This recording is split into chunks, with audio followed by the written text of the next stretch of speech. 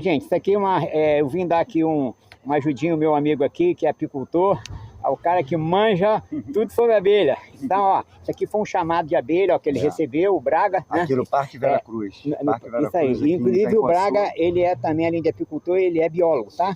Então, eu tava num tronco desse aqui, tá certo? Aqui foi arrumado, ó, as abelhas passaram pra cá, a gente passou aqui, tá vendo aqui, ó? Aí, Braga, tá vendo aí? Elas Então, mais... estavam aqui, a gente tirou.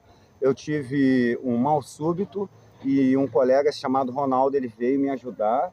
E hoje, com o Cláudio, nós finalizamos o serviço. Um agradecimento ao E um Ronaldo. agradecimento aqui ao Ronaldo, né, e da Apimar, e o Cláudio do Cantinho do Mel, que foram que me ajudaram a realizar esse resgate incrível com divisão. Tivemos uma divisão com 5 quadros no núcleo e aqui tem 10 quadros de cria. Beleza, show de Ok? bola.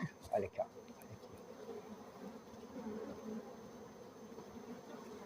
Olha aqui.